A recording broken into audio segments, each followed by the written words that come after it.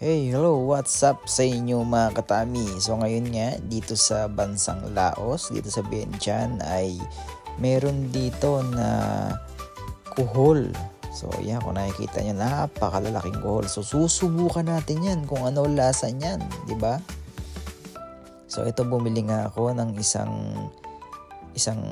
plate, ayan, isang styro na puno. Ayan, tingnan natin kung ano lasa nito at meron ng sausawan na napakahanghang. Ayan. So kukuha lang ako ng isang malaki. Ayan, kung nakikita nyo, ang laki. Napakalaki ng mga kuhol dito. Pero sa atin, syempre meron din malaking kuhol pero almost hindi naman kinakain yun, di ba? Pero dito sa Laos, sa Vientiane, Laos, ay kinakain dito yan. So ayan, nahihirapan nga ako na tanggalin yung laman sa loob. Ayan. So ito, at meron na. Ayan. So kinuha ko lang yung pinaka ano yan, yung basta yan. Tapos kinain ko na, sinausaw ko sa maanghang na sili na yan. At masarap naman siya. Hindi naman siya malansa at malinamnam. So medyo makunat nga lang at mahirap lunukin.